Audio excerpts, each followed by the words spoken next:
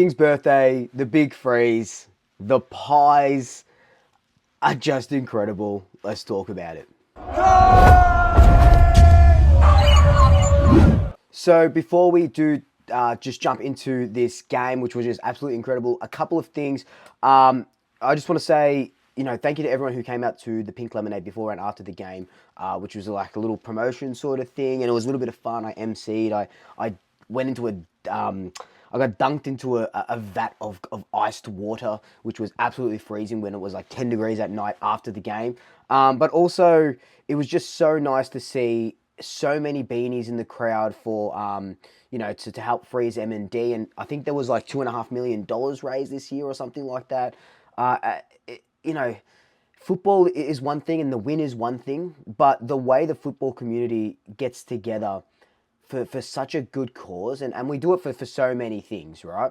But it's just beautiful to see that we can put our sort of rivalries aside and do this. It's very heartwarming, and love to Neil and his family and Beck and anybody else that's going through this absolutely terrible disease.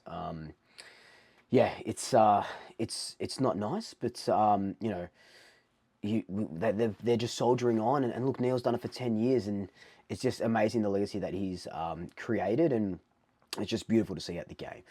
So yeah, I just wanted to sort of say that before we jumped into this game. But now let's talk about this PIES team. Oh my God.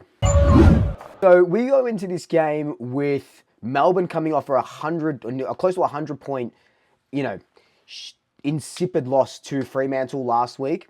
And this game could have gone one or two ways. And I was hearing it all week. When Melbourne lost, I said PIES by 30. I tweeted it. I said PIES by 30. It could have gone one or two ways. It could have been Melbourne sort of coming out and saying, nah, that was just a weird loss. We're back. We're okay. We're going to beat this PIES. That we've got, 6 premiership players out, or however many injuries, we've had and stuff. Or it could have been the Melbourne that we got today. And thankfully, it was the Melbourne that we got today. And, I guess that's saying one thing about Melbourne, but it's saying another thing about Collingwood. Like, these last couple of weeks, we haven't been playing the best sort of football, and that's fair enough. That's fair enough. We're missing so many players. Our injury list is long, right? But the Fremantle game, we ran out of legs towards the end of the towards the end of the game, after being, in front and for 25 points and whatever it may be. The Bulldogs game, we run out of legs in the last quarter, and then players are coming out, Macrae's coming out. We can't play 100 minutes. Sorry, we can't play the full 120 minutes because we're just not right there yet with this group. From last week to this week, the turnaround, the biggest 180 that I've seen in a long time, and I would dare say this is probably it wasn't like an emphatic win. Like, I think the Bulldogs game would have been a better win had we have got that win, but this was an incredible win, probably the best of the season. I would say that. Not only because of the sort of the backs to the wall, and I don't even know who were going in as favourites to this. I think it might have been Melbourne that went in as favourites to this game. But it's just a turnaround from what we saw against the Bulldogs to what we saw now. So we were in front this whole entire match, so for close to 120 minutes. We kicked 14 goals, 5. And I said last week, bad kicking is bad football. We should have put the Doggies away in that first quarter. Should have been up by 30. Fremantle, same sort of thing. If we had kicked straight, we would have won that game. And now we got whenever we got the ball into our forward 50, we just made everything count. And that's evident at 14-5. And in the first quarter, I thought, we kicked 2 goals. I think we were 2 goals, 1. And Melbourne was starting to pepper the goals and stuff. And I thought we were playing really, really well, but we just weren't putting that scoreboard pressure on. At that point, we were up by 11 points or something like that. But I still think that for all of that effort, we weren't putting that scoreboard pressure on. Then we kick a goal, and then we kick a goal, towards the end of that quarter. But Melbourne were always going to sort of come back. They're a really, really good side when they want to be. And there were patches in this game where they were sort of starting to hit their straps, but I think the unsung heroes, especially for the last couple of weeks, few weeks even, is our backline. Like, they stood up today. Melbourne, I don't really know if they had a lot of injuries or this is probably one of their best sides going in. JVR, Fritsch, I always pronounce that guy's name wrong. Fritsch, I think it's Bailey Fritsch. Some of their other sort of forwards where Jeremy Howe, Darcy Moore, Braden Maynard, they bullied their way through. Like that defense stood up, and at one point Melbourne had a lot of the ball, a lot of the inside 50s, a lot of the run of play. But they just did so well, and thankfully, touch wood, all our injuries are coming in the forward half. That's our makeshift forward line. Our back line has stayed strong, and I just want to shout out before I go any further, Charlie Dean. Like I tweeted, this was his legacy game. He was fantastic, and I know we're not going to replace Nathan Murphy. We'll never replace Nathan Murphy, but Charlie Dean allows Darcy Moore, allows Braden Maynard, allows Jeremy Howe to kind of do what they want. Allows Billy Francis to be pushed up forward, which is great. So Charlie Dean, yes, when he started against GWS, and I think he played against Sydney as well. Very slow, very skinny body, still trying to learn the rigors of the AFL. But now look how you're confident with him in the back line. He was winning one-on-one contests. He was pushing guys out. He was marking the ball. Blah blah blah. It was just absolutely incredible. And that's a shout out to the coaching department and stuff like that. But now you have confidence, and this is the thing that I was most excited about. What I've been saying in videos, where if we were getting these injuries now, or maybe after the bye towards finals, you go, oh no, we have to put Charlie Dean in. He hasn't played a game. We've got to debut him. Oh no, we've got to debut Lockie Sullivan. Oh no, we've got to put our hopes into Harvey Harrison. Now they're getting all of these games in, and look, who knows what the team's going to look like in 4 or 5 weeks' time, but they've got the legs in them now. They've got that AFL experience now to go on, and if we need them, they're going to come up and they're going to play well, and it's just amazing to know that these role players are playing their role very, very well.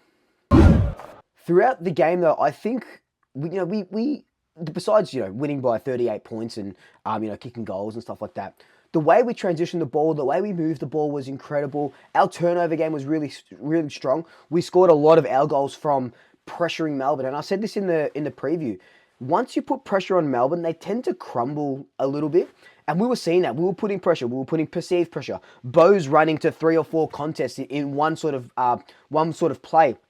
They're kicking over they're turning it over, and we're scoring off their turnovers. And we've got a really good turnover game, and that's proven again. And you need your forwards to kick goals, but you need your mids and you need your sort of backs to create that pressure. We had 69 tackles. I think we had about 15 inside 50 tackles. Our pressure rating is through the roof.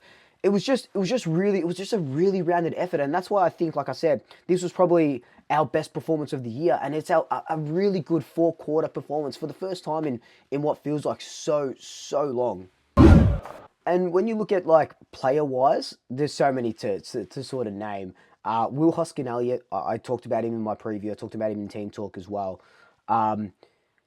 That role, that Swiss Army knife, can literally do whatever we want him to do. He kicked 2 goals today. He was just everywhere. Wore Stephen May like a glove when he needed to. And that's what Will Hoskin-Elliott brings to your team. And I'm glad people are starting now to figure it out and find out. And, when you have to play Will Hoskin-Elliott as a full forward or that sort of tall forward, you kind of go, oh, I wish we had a big forward. But Will Hoskin-Elliott plays his role so well, and we don't have the game that we did if he's not playing. And that was evident last week and the week before. I'm pretty sure, he didn't play Fremantle, right? Because he's been out with 3 weeks with a hamstring or something like that. So you miss those role players, and he does it better than anyone. Probably, maybe not in the AFL, but definitely at Collingwood. Nathan Kruger, first senior game for over 400 days. He comes out, kicks 3 goals. He's the second most targeted forward today.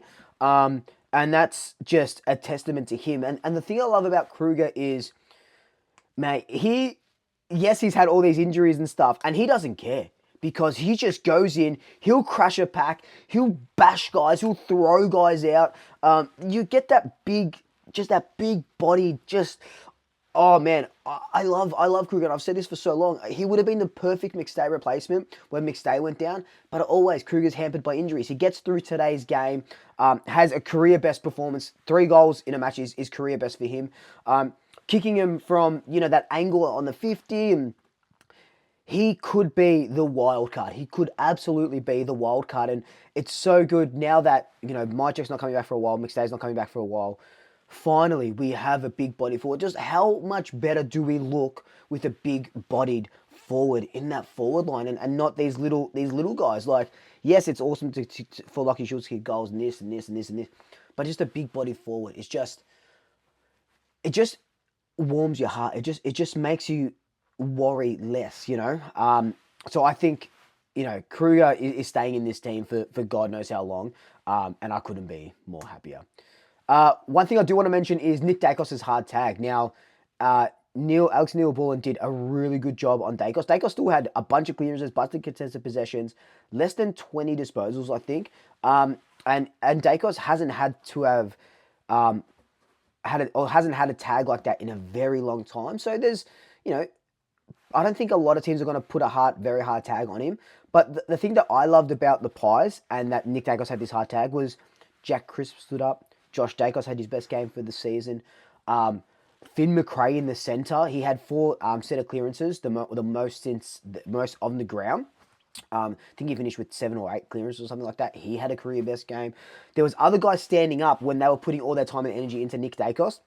And I think that's amazing. And to think that we pretty much did this game without Nick Dacos, without Pendlebury, without Tom Mitchell, without Jordan De Goey, Mychek, Cox, Elliott, 6 or 7 premiership players. It's incredible. And it was, well, you know what? I take back what I said earlier. It was an emphatic win, and a win that I'm very, very just proud of. You can see how giddy I am. I'm very proud of this team and this win.